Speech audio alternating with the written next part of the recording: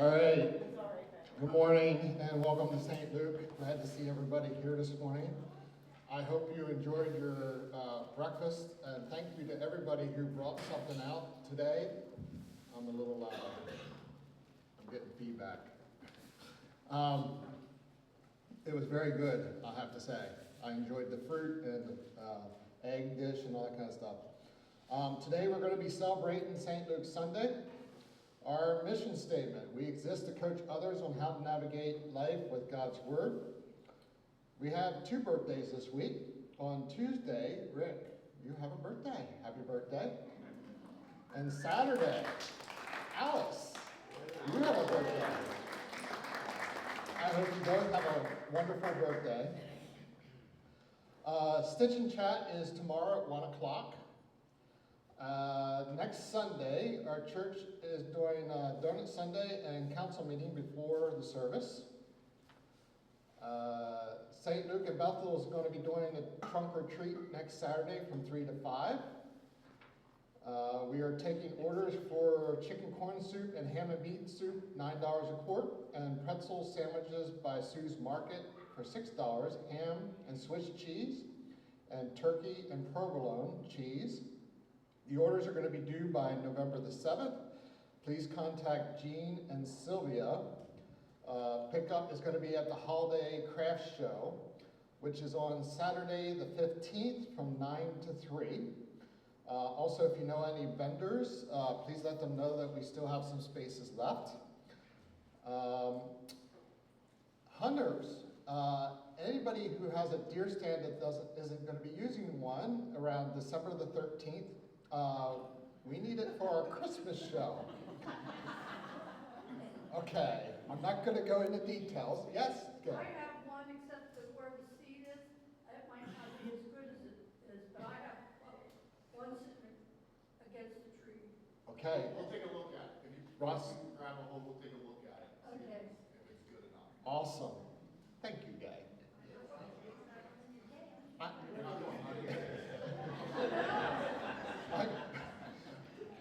Put a plug in here for our Christmas program that we're having on December the 13th. It's going to be a very unique, very cool, awesome show that we're going to be putting on. We're going to have some of the regulars back on that show as well. So I'm looking very forward to seeing that show. Also, we do have an offering plate over here on the side. I see envelopes in there. Thank you very much for all who give to our church for our day-to-day operations. Also, keep Yvonne Yuri in your prayers and thoughts. She needs them. We need to lift her up. And are there any other announcement, praises, or prayer requests? Joan. We've been challenged by this preschool on a penny wars. They do this between themselves, between the grade levels, but this year they decided to challenge us.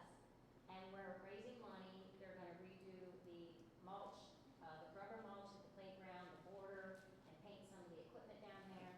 So that's what this penny war is. And what happens is she's going to have two buckets upstairs for us. One you put pennies and dollar bills in, and the other one you're going to put dimes, quarters, and nickels. If you put the silver stuff, it's taking points away from the preschool. Now, just to let you know, the prizes.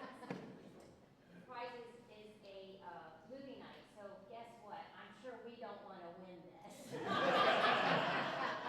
Date night. So, yeah, that's a date night, yeah. But, so anyway, that's going to run from November 1st to December 19th, which I know is running with the same time as the HEPA project, but this is one way to support the preschool and kind of build a bridge. And we got other fundraisers. They're going to get a sensory board and do whiteboard in the classroom, and so a lot of things. And because we have goals on what the preschools are going to be, or their fundraisers are going to be for.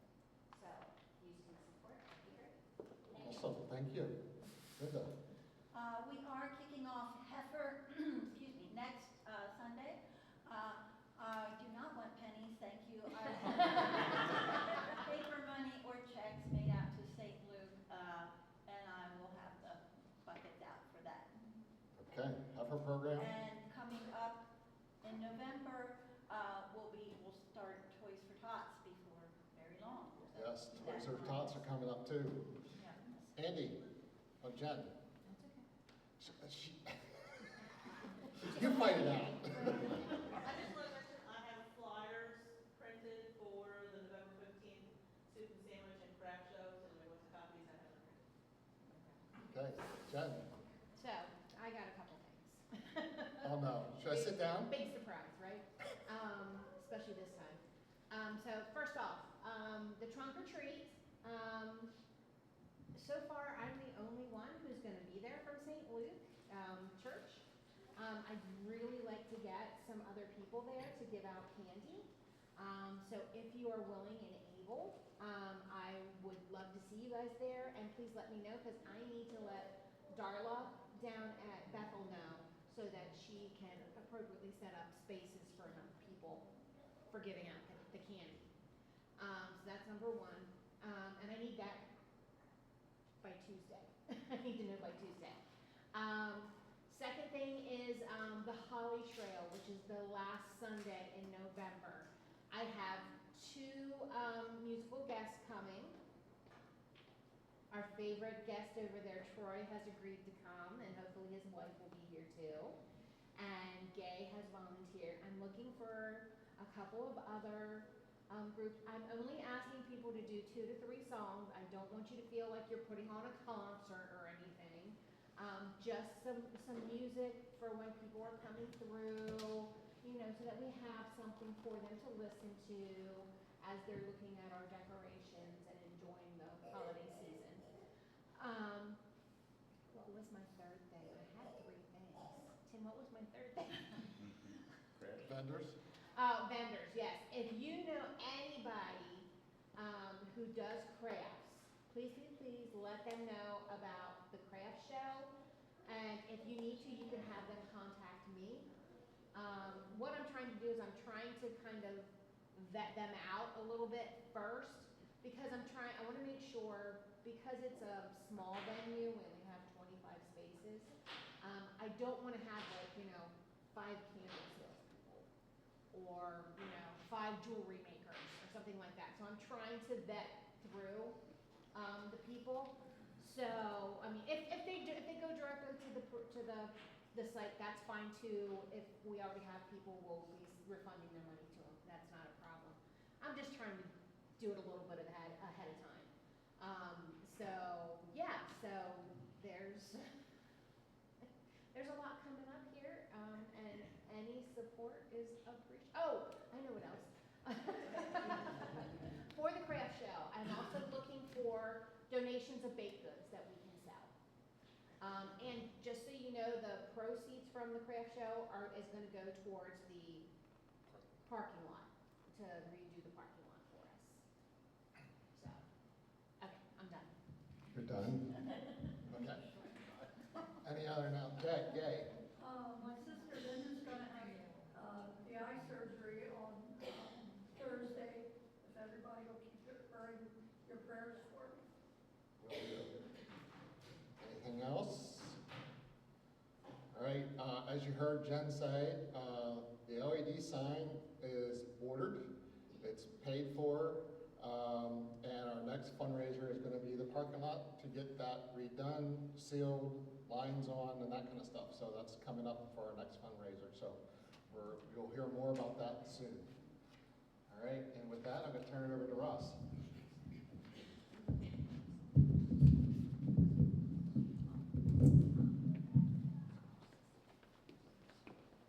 Morning. Wait till Tim gets the. Good? All right. So first of all, thank you to everybody who came out for St. Luke's Sunday.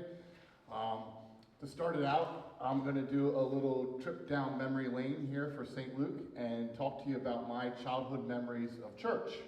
And as I normally do, I like to do this in a fun and lighthearted manner, so you are, as always, encouraged to join in the fun. All right? Now, I was born in 1988. I know that dates me. So I went to church in that decade that we fondly call the 90s. That was my childhood church experience. And my family, we attended a small, cute, little Lutheran church just outside of New Bridgeville. Perhaps you're familiar with it. All right? And we lived about 1.5 miles away. And I like to describe what a typical Sunday morning for me at St. Luke was like. And this is all true, okay? In fact, you can fact check it with my mother afterwards. All right? It began with me in a dead sleep. All right? And it would probably begin around maybe 7:30. My mother, her voice would come into that dream world wherever I was, and it'd be like, Ross, we're going to have to get up. Churches this morning. And it'd be like encouraging me to get up. And of course, I was a stubborn child, so I would just refuse. And that would come over. She would do that over and over again. She'd, Ross, we got to get up. Ross, we got to get up. And then finally, at the very end, you would hear, Ross, get up right now. We got to go to church. The car is leaving right now. And I would come awake with a start. And I would roll over and I would look at the alarm clock on the side, beside the bed, and it would say 8:26 a.m. Now, I know many of you are too young to remember this, because you're thinking, oh, you got plenty of time. St. Luke service doesn't begin till 9:30. But see, back in the 90s, St. Luke's service started at 8:30. So we had 4 minutes to get to church. But not to fear, we only lived 1.5 miles away. My father was a good driver, all right?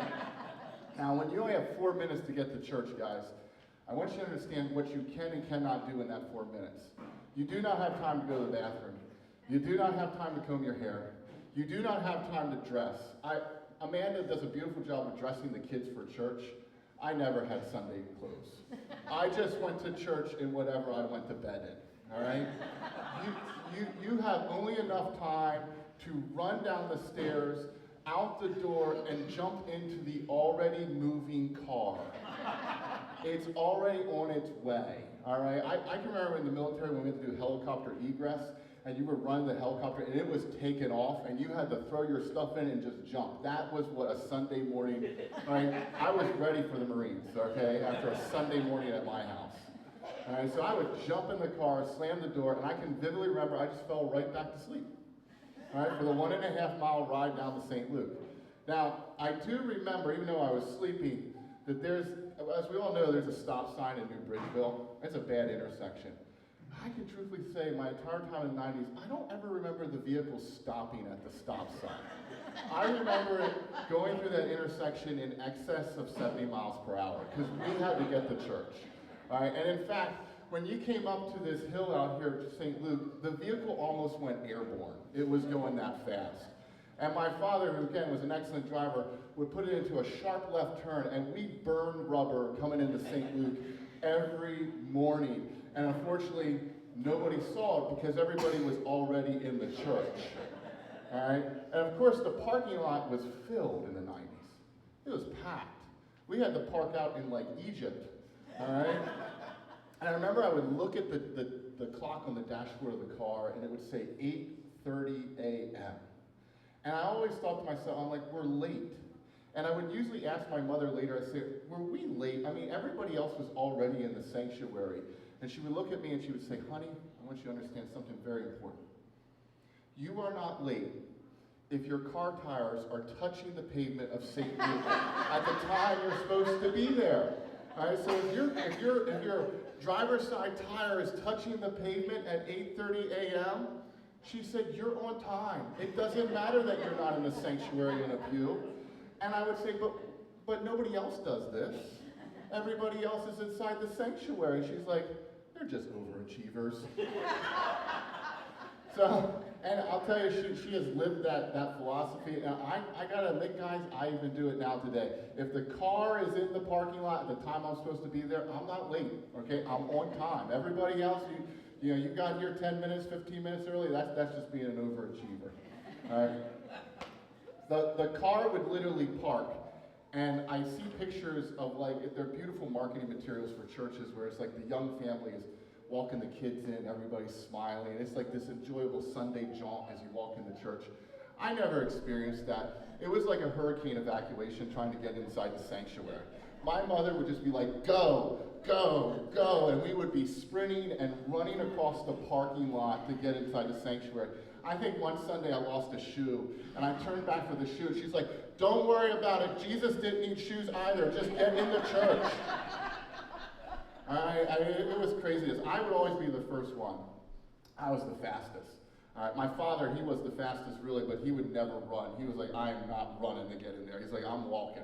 But I would run up to the front door of the sanctuary, and I would rip it open. And I would run smack dab into the back of a very tall man wearing a choir robe who had a bald head. And that was every Sunday. And this man was singing. Because in the 90s, there was a St. Luke choir. Real quick, raise your hand if you were a member of the St. Luke choir in the 1990s. Thank you very much. Okay, and the choir, Sylvia was playing the organ or the piano, all right? The choir would process in at the beginning of the service. Right? So we were on time, so we were right, and you guys would start the service early, all right? So we would end up behind the choir, okay? And I know all of you probably have an image in your head of what St. Luke looks like when you open the doors. Maybe it's that beautiful mosaic of Christ. Maybe it's the altar, maybe it's the cross. All right, my enduring image, every time I open the door of St. Luke Church, my enduring image is the back of Joel Percy's head. All right? Joel Percy led me into church every Sunday morning. I just followed that head, and he's singing away, and we would process with the choir down the aisle of the church. Now, 1990s was a little bit different, because you guys are thinking, why don't you just make a quick right and get in the back pew? But you got to understand, the 1990s, every pew was packed. We got families everywhere. We got young kids everywhere. We got teenagers everywhere. All right? So there was only one available pew in the church. That was the front pew. The pew right behind the piano, right underneath the pulpit. All right? So we would process.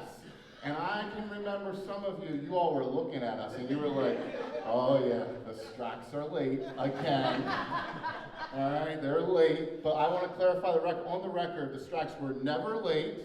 We were always on time. The car was in the parking lot at 8:30 a.m. I'll be very emphatic about that point, all right? We're correcting the record for all time. All right, we would walk down and we would file in to the front pew, okay? Now, there was a specific order we sat in that pew in. It was very specific. The person who sat closest to the aisleway was my mother. Next to her was my older brother, Stephen, all right? They would listen to the service. My mother had this notebook, and as soon as she sat down, she whipped that notebook out and a pen. She was serious about worship service. I mean, she really was, and she's still serious about it. And she was taking notes. And my older brother, Stephen, he was always nicely dressed up because he actually got up and got dressed for church. Right? He would sit next to her, and he would also listen. And then there would be my middle brother, Peter. He would sit in the middle of the pew, as far away from his mother and his father as he possibly could get. And he would have this look on his face that said, I wish I was anywhere else. Right? And then my father and I would sit at the very far end of the pew, right, on the right-hand side, as far away as we could get. And I'm sure many of you have always wondered, I wonder why they never sit together. Right? They're a couple. Why doesn't the husband and wife sit together? Well, there was a problem. My father was a man of action. He was a good guy. He helped the church out. But whether you call it hyperactivity or attention deficit disorder, he wasn't a man that could sit, okay? I'm sure sitting through an hour-long church service was like pure torture for him, okay? So he did this thing to keep himself awake during the church. He would stick his hand in his pockets where he had a pile of change, and he would do this the whole time through the whole service. It drove my poor mother insane. Remember, she's trying to take notes the whole time, okay? So she banishes him to the far end of the pew, as far away as possible as she can get him, okay?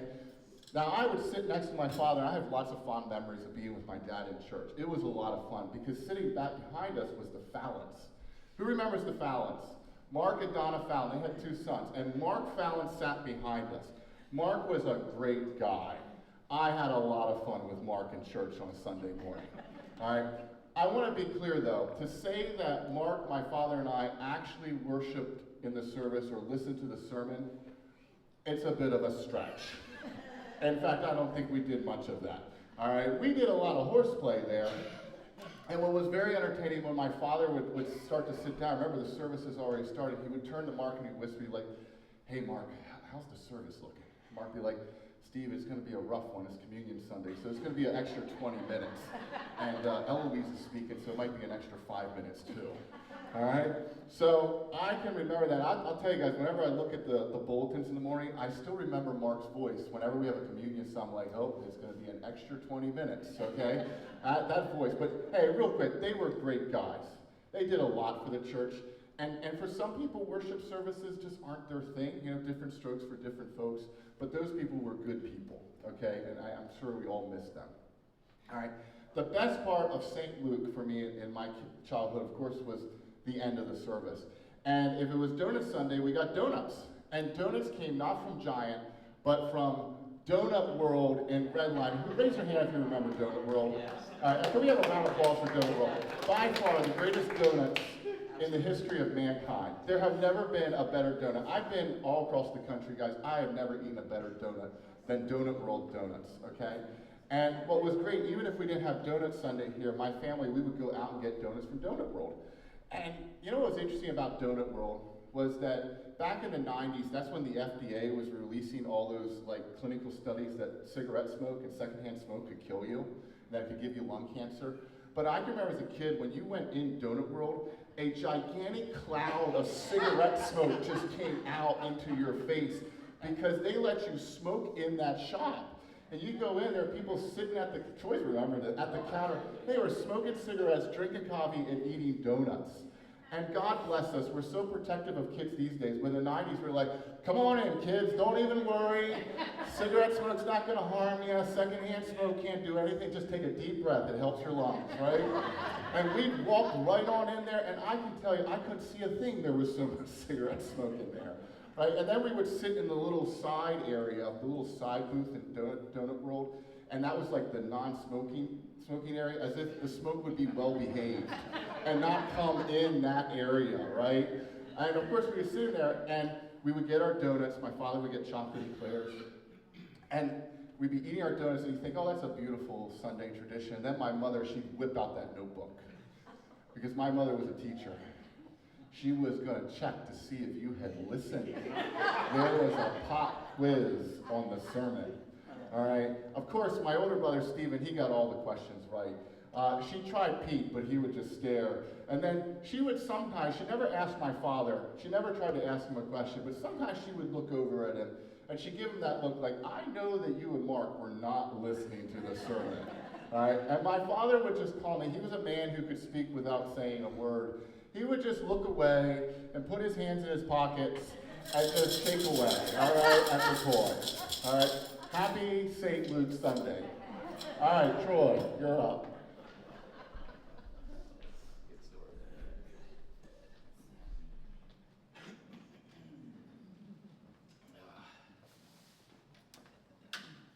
Yeah, bring it up, Donut World. I mean, that's fantastic stuff.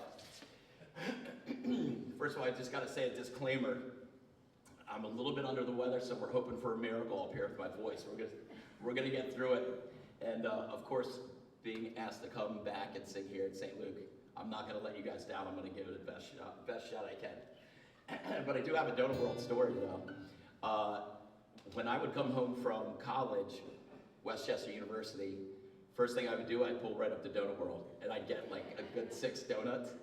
And one day I came home, and it pulled up, and I'm like, oh no, what is going on here? I get out, it's locked, it's closed, I'm looking in, there's no donuts, there's no sign of anything, and it was closed, and I was devastated. I was just utterly devastated from that point. But to Donut World, it's great.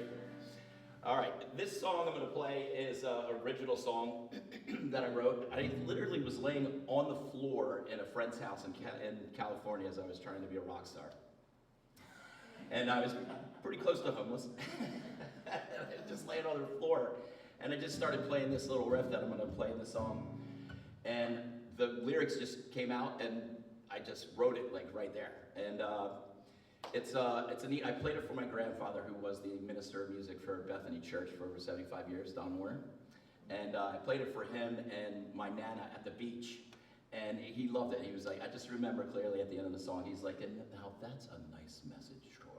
So, to my grandpa. This is called Best Things in Life.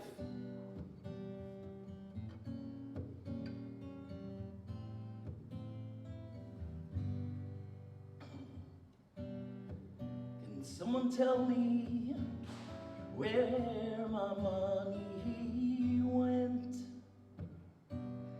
It's all gone now, it seems it's all spent.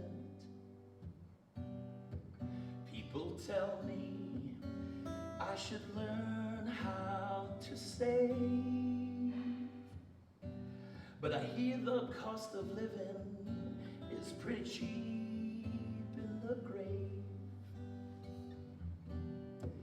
But I'd really love to go on a big shopping spree. I'd buy and be filled with big spenders' glee. But since I can't, it's off to the sea, where I ride those waves that are there for me. And when I tire, I'm gonna rest under that palm tree and ponder if the best things in life are free.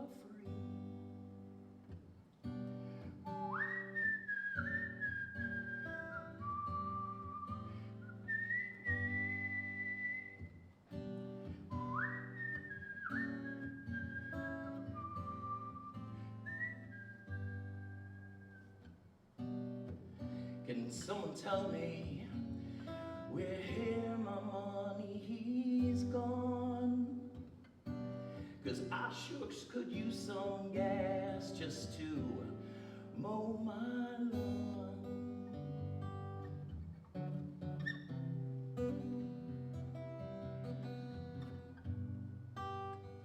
Sometimes I like mowing my lawn.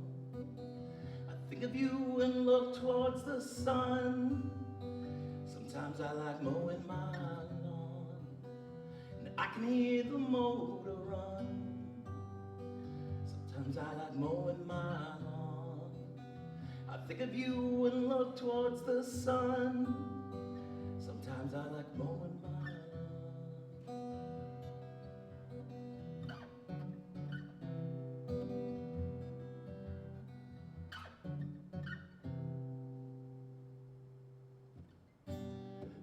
Oh, that's right, there is nothing there.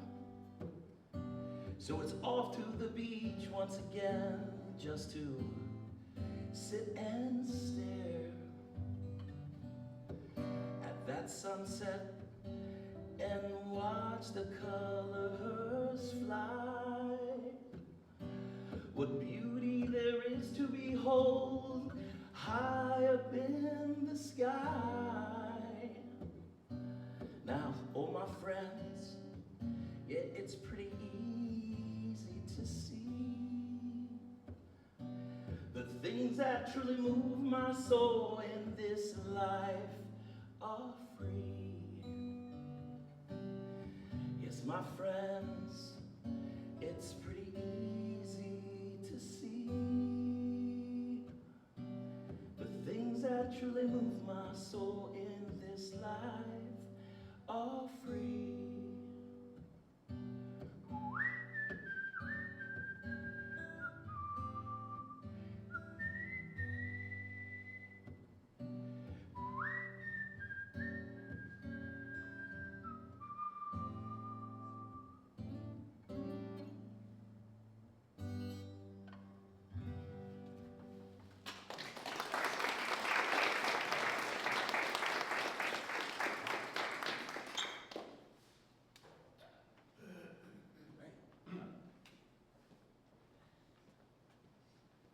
Troy and I are both losing our voices this morning. I too have that problem as well. So for this second half, this is the message portion, and this is a message that's really going to be about hope for the future for the church. What I want to do in this particular message is look at things slightly different, hopefully shift your perceptions about things to find hope in this church. I talked about the 90s church that I attended when I was a kid, the church you guys attend. And that was a church that was big and powerful and abundant. And I think it's hard for everybody to come back to St. Luke now on an average Sunday and you look in the pews and all those families and all those kids, they're not there anymore. And on average, we have maybe 25, maybe 30 people that congregate in the pews on a given Sunday morning. I think we're all looking at that going, what happened? And, how did we get to this point? Okay, and this is the part of this message is not to go into how that happened. It's going to be basically to look at things slightly different and maybe give us hope for the future. Okay, that this isn't necessarily the end, this is just maybe the beginning of another 250 years for St. Luke.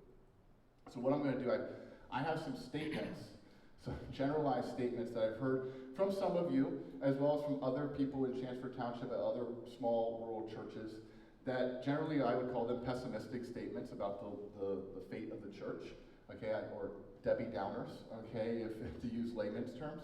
And I'm going to take them, and I'm going to say them to you, and then we're going to look at them slightly differently. And maybe, hopefully, come out of this thing with a sense of hope. All right? Most of these statements all start with this statement. It's, our church is in decline because of this. All right? And so we're going to look at each of the statements individually. We'll break it down, and then hopefully give you a new look at it. Okay? So the first statement that I've heard from some people at St. Luke, but also at other churches, is St. Luke is in decline because we can't get anybody to go to the traditional worship service. And then they added, we just can't get anybody to come to church. So the first thing about that statement, it's not true, because we do have people here at church. So I'll just bring that up, okay? But I know what people are referencing back to is the church of the 90s, right? When we had a lot of people, okay? One thing you gotta remember about the church of the past, so the church of the 50s, the 60s, the 70s, the 80s, the 90s in America, it's a church built upon a culture of obligation. And what do I mean by the culture of obligation?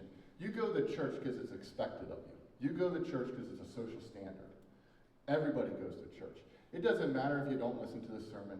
It doesn't matter if you don't necessarily actively worship. And in some cases, people went to church who didn't even believe, but they were expected, especially in the 50s, 60s, 70s, to go to church. It was an obligation. You didn't ever think of missing church. That's why my mother was emphatic that the kids had to get to church. We are going to church. It's what you do. And all of you have felt that. That's why there was a sense of obligation in your life to go to the church and participate in it. That culture has slowly eroded in our entire society, and it's been replaced by what I call the culture of choice. People want choice now in their lives. Think about how people treat a job. Jobs used to be an obligation. You went to work, right? You got up and you went to a 9-to-5 job, and that's not the case anymore. Now people are like, today I want to work from home. I'm making a choice. Or today I don't want to work the 9-to-5 shift. I'm going to work tonight from 4 to 11. And because our society allows that, people do that. That's everything in life now. It's a culture of choice, and so people have made the choice. Young folks, people who used to come to church, they said, hey, I wasn't getting anything out of church. I just went because I thought I had to, so I'm making the choice not to go. That's what we're up against in this society now, is a culture of choice. All right? The traditional worship service, the traditional Lutheran worship service up there in the sanctuary, I want to say this, I really like it. I like the liturgy, and I like the rituals, because they have meaning, okay? And if you understand the history and the context of why we do certain things up there, it can have incredible meaning to your life and a spiritual implications for your life. But I also want to say this, there's a but. It's a mature form of worship service. I'm going to say that again. It's a mature form of worship service, meaning you got to have some back history with that. You got to know why we're doing certain things in order to get the meaning and the relevance out of that service, right? We're now in a society where people have chosen not to go to church and they don't send their kids to church. And so if we expect that we could take somebody who's never been in a church before and plop them down in that service up there and say, hey, get some form of spiritual relevance and meaning out of this service, this mature form of worship service, I think that's a tall order. That's going to be a bit of a stretch. They're probably sitting there feeling like I'm listening to a foreign language. Okay, they're not going to get a meaning or relevance out of there. Now, does that mean we get rid of them? Absolutely not. That is important to St. Luke That is our tradition. That's a part of what we do. And it has meaning for people who have been in this faith game for a while and get meaning out of those words and meaning out of that liturgy.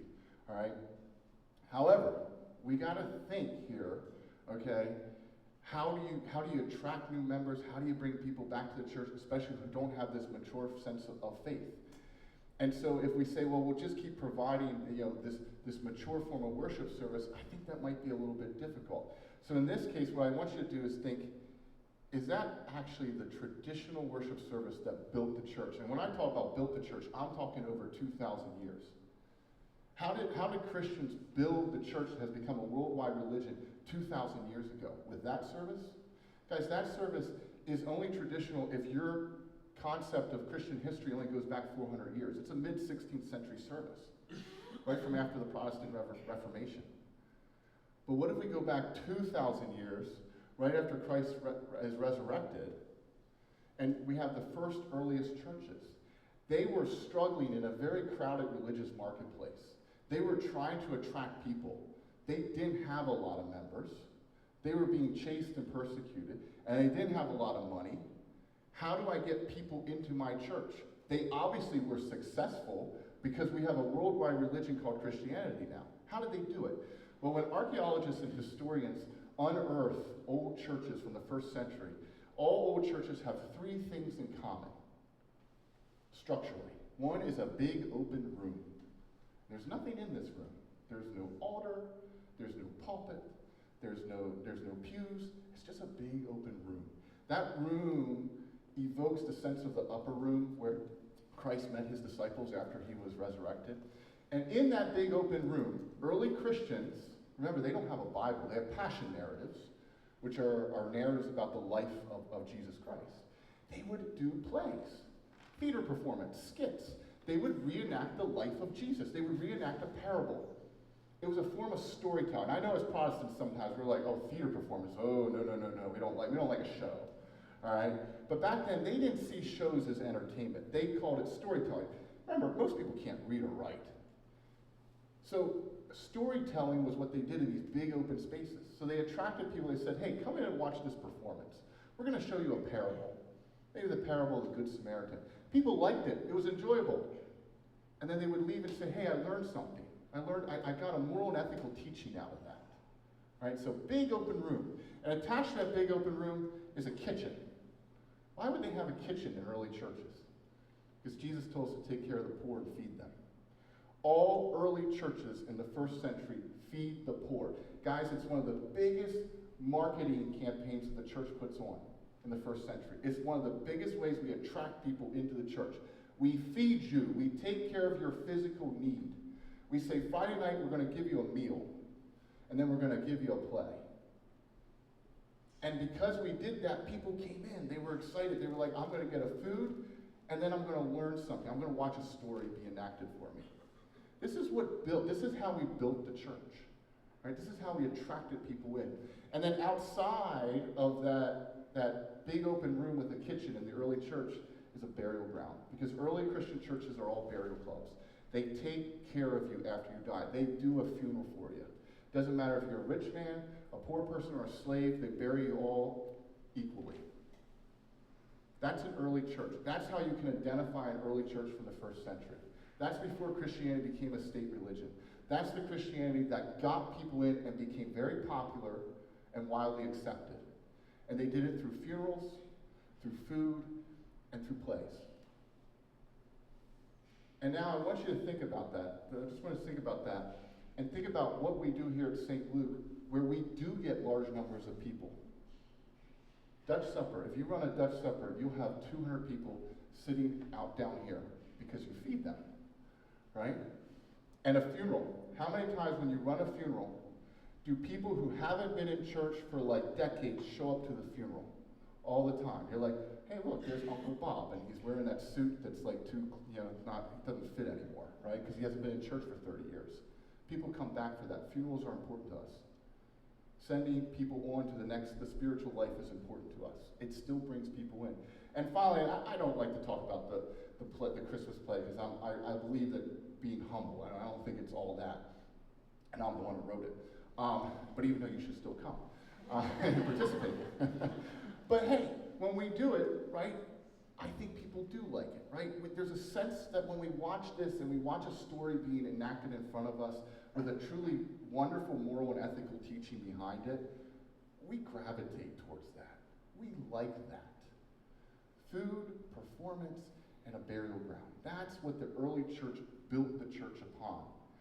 And I just invite you to look around. You're in a big open room with a kitchen attached to it, and out there's a cemetery.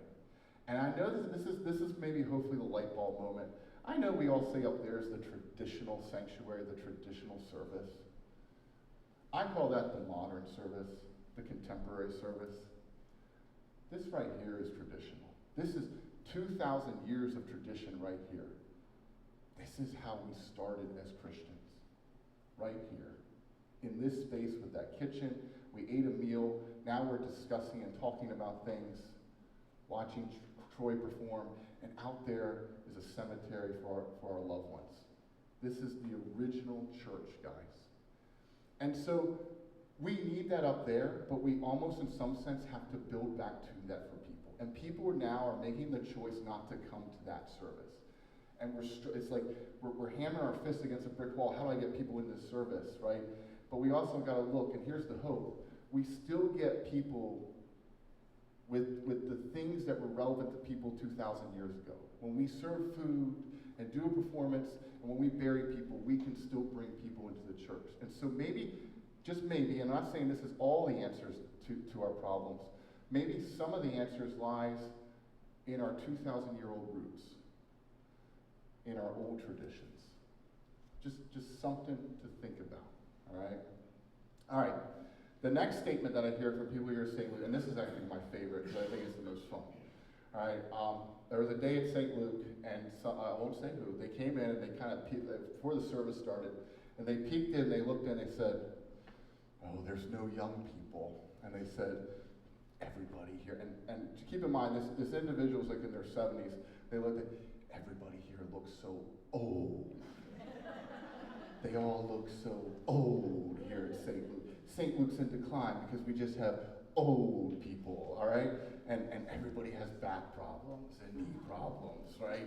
And let's first off, we're going to stop with the old jokes already, all right? Age really is just a number, all right? Age is the number of times you successfully made it around the sun. So if you're 84 years old, congratulations, you made it around the sun 84 times, all right? That's all it is. All right, here's the problem with that statement, okay? It's so pessimistic that, oh, we can't make it because our congregation is old, all right? Here's the problem with this. I want you today, or any time, go out to a restaurant. And I want you to sit there and casually, don't be awkward about this, look around you at everybody else in the restaurant and gauge the ages of everyone, okay? And I can pretty much guarantee you, especially if you go to Lion's Pride, all right? that the people 60 years of age and older are going to drastically outnumber the adults that are 30 years of age and younger. I don't care where you go, that's going to be the result, okay? Guys, welcome to the United States of America in 2025. We are an aging country. St. Luke is not an anomaly. St. Luke is not unique in that its congregation tends to be on the older, the senior side of things, okay? That's not a problem. That's the entire country, guys. The last census put our median age in the country at over the age of 40. That's never happened before. Usually the median age is in the 20s. We're now in the 40s. If you look at an age chart for the entire country, guys, it looks like a pear. Okay, at the top, you have a small number of 18-year-olds, 20-year-olds, and 30-year-olds. 40 and 50 branches out like this. And then it goes like this for all the 60, 70, 80-year-olds, guys. It's a pear shape. The dominant age demographic in the United States is 60 and older. All right? That's the dominant age group. The most powerful voting bloc, the one that every politician wants to vote for them, the one age group every politician's going after, 60 and older. That's who they want, because that has the most people in it. all right? Think about the last 3 presidencies. The oldest presidents in United States history, they were all in their 70s. George Washington, who was an advocate for younger leadership, would be rolling over in his grave. He'd be like, you gotta be kidding me. Politics aside, you put 70-year-olds in office, right? And it's true, right? And what happens when we run out of the 70-year-olds? Are we gonna elect the 80-year-olds? Is that the plan? Okay, the average age of a United States senator, 64. Okay, our own leadership is in the 60, 70, 80 demographic because there's a lot of them, all right? St. Luke is not an anomaly. This is what the country looks like right now, okay? Everybody then says, well, where are the young people? And there's really a simple answer to this. We didn't make a lot of them. And I want you to think, how many kids did your family have that you had? I bet you, in general, you've had less kids than your parents did, right? The persons are really not in their head. Okay? It's the truth. We made less of them. There's a growing trend among couples to go childless now. We're in a population decline, ladies and gentlemen, in the United States of America. There's going to be less of us in the years to come. We're not having kids. And why do you think couples are not having children anymore? Remember when I talked about that culture of obligation versus the culture of choice? And what do kids do to you? They obligate you, okay, as a parent, right? Amanda has been obligated to remove the children from the service and go back there and take care of them, right? That's probably not what she wanted to do, but she had to do it, right? The bottle obligates you. The dirty diaper obligates you. And parents and couples, they don't want that obligation. They want to wake up in the morning and say, I made the choice, I'm going on vacation right now. I don't want to deal with that kid who's crying. So we have, couples now, there's a growing trend, they're not having kids at all. And we're having less of us. So when we say, where are the young people? Guys, the answer is there's just not that many of them. I mean, I look around Chancellor Township, if I see a 20-year-old that's not Amish, I'm like, wow, they still make those. It's like seeing a unicorn, okay? Here's the crazy thing. I want you guys to remember this one. 10 years ago, every state in the union, there were more 18 and under in that state. So 18 kids in that state than there were seniors 60 and older. And that has reversed in the last 10 years. Now, in most states in the union, there are more individuals 60 years of age and older than there are kids 18 and younger. That tells you how it's changed in the last 10 years. Okay, one of those states was, guess where? Good old Pennsylvania. Thank you, Gay. All right, we're one of the fastest aging states in the union. So stop with the age jokes. When you come into St. Luke and you say, oh, we're old and there's no young people, welcome to Pennsylvania. Welcome to York County. This is what it's going to look like, okay? And we're going to have a reality check as a church, okay? And really as a society and just say, hey, we're going to have to get used to smaller congregations that tend to be on, I don't want to use the word old, but on the senior side of things. That's what our churches, that's what every institution in America is going to look like, okay, in the years to come. There just aren't that many kids out there, guys.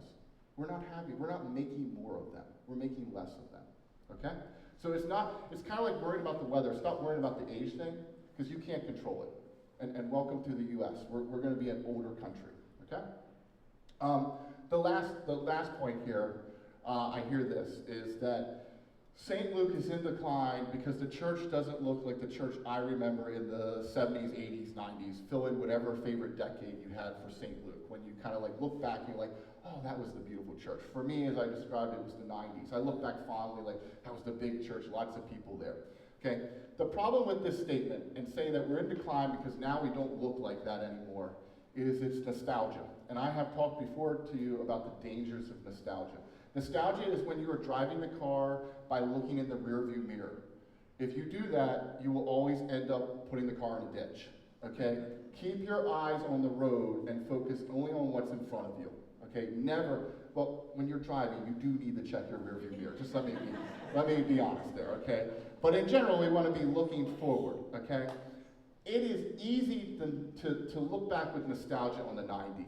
Okay, because I think for all of us, we feel like in St. Luke, we're holding on the edge of a cliff, and by our fingernails, right? And every time a member passes on, or another member's put on the prayer list, or something bad, we just feel like we're being dragged into that pit, into the abyss. All right, and we kind of are hanging on by our fingernails, and we're looking, we're saying, man, wasn't it so much nicer in the 90s? We had all those people, and there were all those kids, and yeah, this big picnic where like maybe 1,000 people came. That was so great. All right? And this is where we sort of have to remember what Martin Luther wrote. And he said that the true Christian experience is not in power and abundance. The true Christian experience is in weakness and suffering. Jesus Christ was most powerful on the cross. And so even though we're hanging on by a thread, or that's how it feels like it for us, we got to realize in many ways, because we're being forced to hang on and survive by the skin of our teeth, we're making church better now. We're making church better. It's going to have implications for generations to come. You just maybe can't see the little changes. By holding on by the skin of our teeth, we're being forced to stand up when people say, hey, why should I come to church? Why are you relevant? Why should this church survive? You're being forced to actually answer that question. See, in the 90s, we didn't have to do that. If somebody said, they came out and said, why do you go to church? You're like, that's what we do. You go to church. It's the right thing to do, right? Now, we as a church, that doesn't cut it anymore because people are saying, well, I'm going to make a choice whether to go or not. So we're being forced to actually answer that question. Church services are getting better because congregations are having forced to look and say, is this still relevant? Does this still work? Messages and sermons are getting better.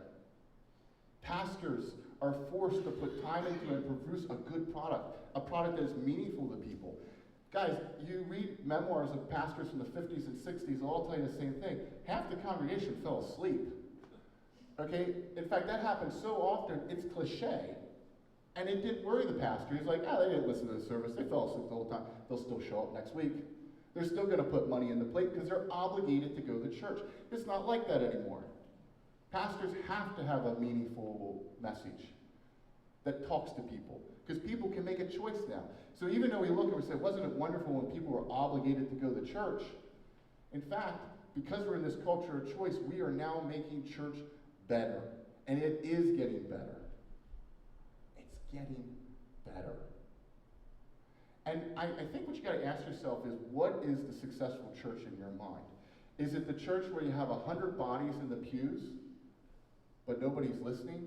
Or is it a church where you have one person sitting in the pew, but they're listening, and they're worshiping, and they're listening to that message, and they're going to go out there and make a difference? You all have to answer that question for yourself. But I'll take one person who wants to be there over 100 people who just felt like they had to be there any day of the week.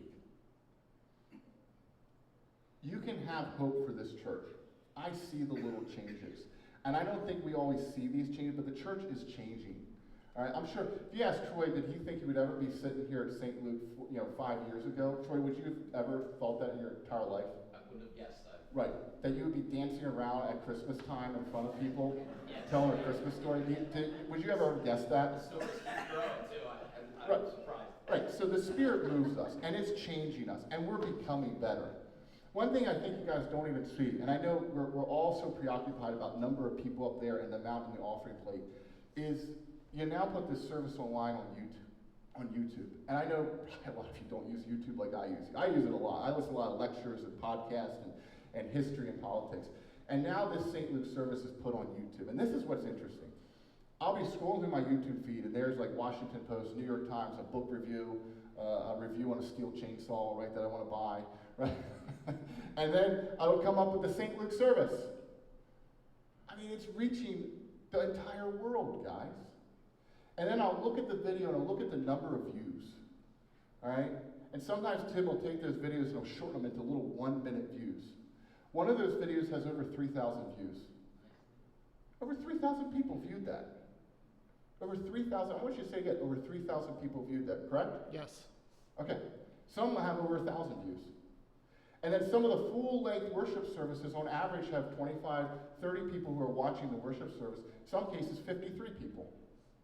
So you take 50, I'm not very good at math, and you add it to the 25 people that were sitting in the worship service, that's nearly 70, 80 people were worshiping at St. Luke on a Sunday morning.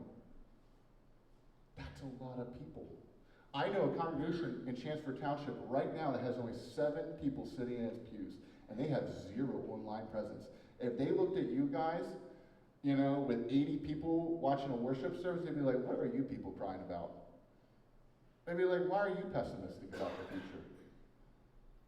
There's a lot of hope. And you can put people in this church. It's just what you choose to offer to people, whether it's the Dutch supper, you know, a preschool enrollment, you get kids in.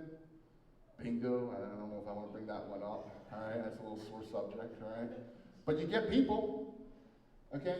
If I can't give you hope with that, the fact that you can put people in this building, the fact that you have maybe in some Sundays 40, 50, 80 people worshiping in your worship service, 50 people watching online, the fact that one video, right, from St. Luke, a little 1-minute clip, gets over 3,000 views, what more can I give you to give you hope? I can't give, if you can't get hope from that, I don't know what will give you hope.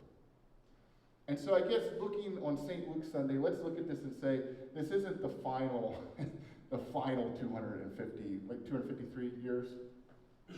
Rather, this is only the first. And there's another 250 years yet to come. Amen.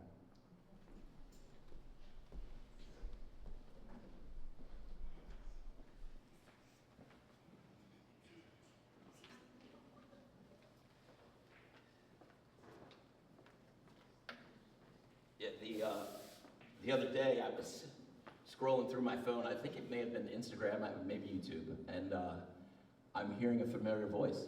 And I look down, there's Ross. I'm like, he's famous. Look at this guy.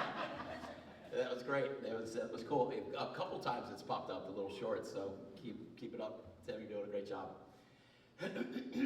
I love that message, Ross. Thank you very much. One thing I did disagree with, though, I think I don't know if I caught this right, he said it's kind of like a rinky-dink play, that Christmas play. I disagree. I think it's amazing. It's phenomenal. The actors in there, oh my gosh, they're so good. December 13th, guys. Be ready. Oh boy, we got some surprises for you. Oh man, okay.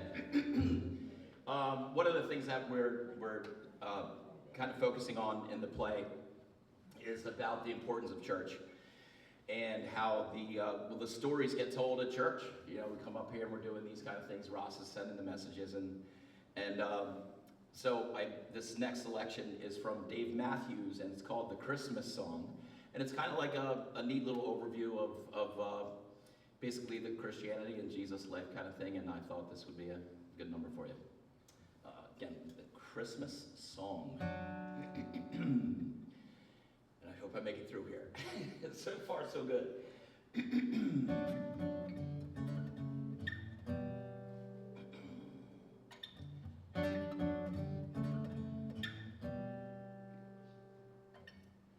She was his girl, he was her boyfriend. Soon be his wife, make him her husband. A surprise on the way, any day. One healthy little giggling, dribbling baby boy. Wise men came, 3 made their way to shower him with love while he lay in the hay. Shower him with love, love, love, love, love, love, love is all around.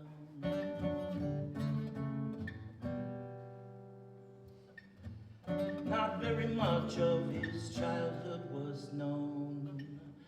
Kept his mother Mary worried, always out on his own. Met another Mary, oh, for reasonable fee. Less than reputable, was known for his heart full of love, love, love, love, love, love, love, love is all around.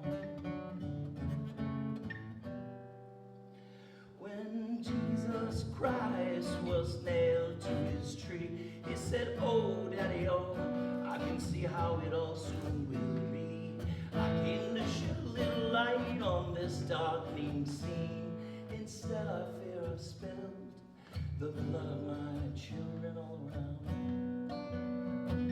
The blood of my children all around. The blood of my children is all around.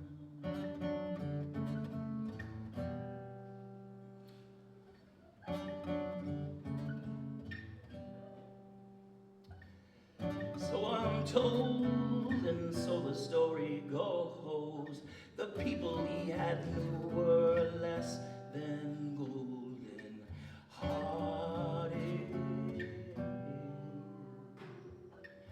Gamblers and robbers, also searchers like you and me. Rumors insisted he soon would be, for his deviations, taken into custody by the authorities less informed than he. Drinkers and jokers, also searchers, searching for love, love, love, love, love, love, love, love is all around.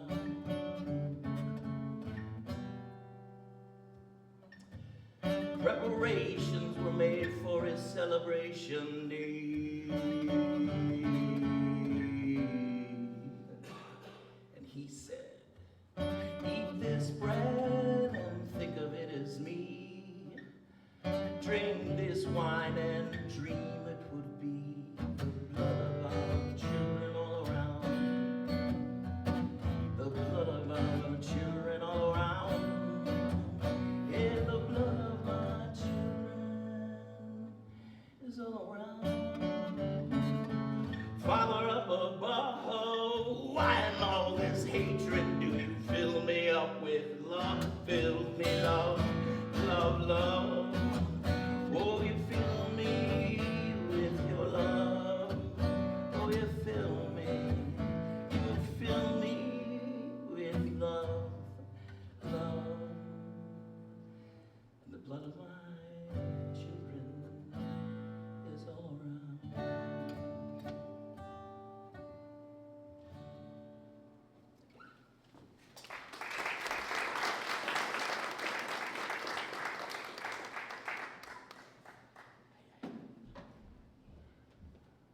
Hey, thank you, Troy. If we get one more round of applause for you coming out today.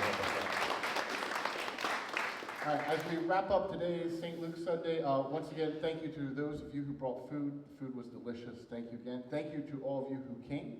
Thank you to Troy, and thank you for the help with setting this stuff up. I know you mentioned about the Christmas program. Yes, please do come out. Please help us out if you know, with the program. I think it will be a good time. I do want to just say, I'm a latecomer in the program. I actually came on after the original people who thought up the program was my mother and Troy, and they were hitting tennis balls. Troy's a professional tennis player, and they were having a tennis lesson. That's how they came up with it. So I just want to give credit to original thought there, okay? Then they came on, they said, write a script, all right? And I got voluntold. I wasn't all that into it in the beginning. I want to be very honest here. I like to clarify exactly how things start. But back there, that's the mastermind. That's the people behind the curtain, okay? But please do come out and support it if you can, all right, December 13th. All right, we're gonna conclude in prayer. I have a special prayer for you today. Many of you know I was an English major. I had to do a semester of poetry. I'm not a big fan of poetry. And despite my best intentions, though, some of it stuck. All right, so I have a poem here from Tennyson that I'll tell you for years, for actually over a decade, whenever I read this poem, I think of St. Luke. It actually reads as a prayer, okay? And so I'm going to read it today as a prayer. I've for years have been thinking, how can I fit this into a service or message? So I'm very excited to do this for you today, because it just, for me, speaks to St. Luke and where you're at today. All right, so let us bow our heads in prayer. Heavenly Father, though much has been taken from us, much abides. And though we are not now that strength which in old days moved earth and heaven, that which we are, we are. One equal temper of heroic hearts, made weak by time and fate, but strong in will, to strive, to seek, to find, and not to yield. Amen. Happy St. Luke's Sunday. Thank you, everybody.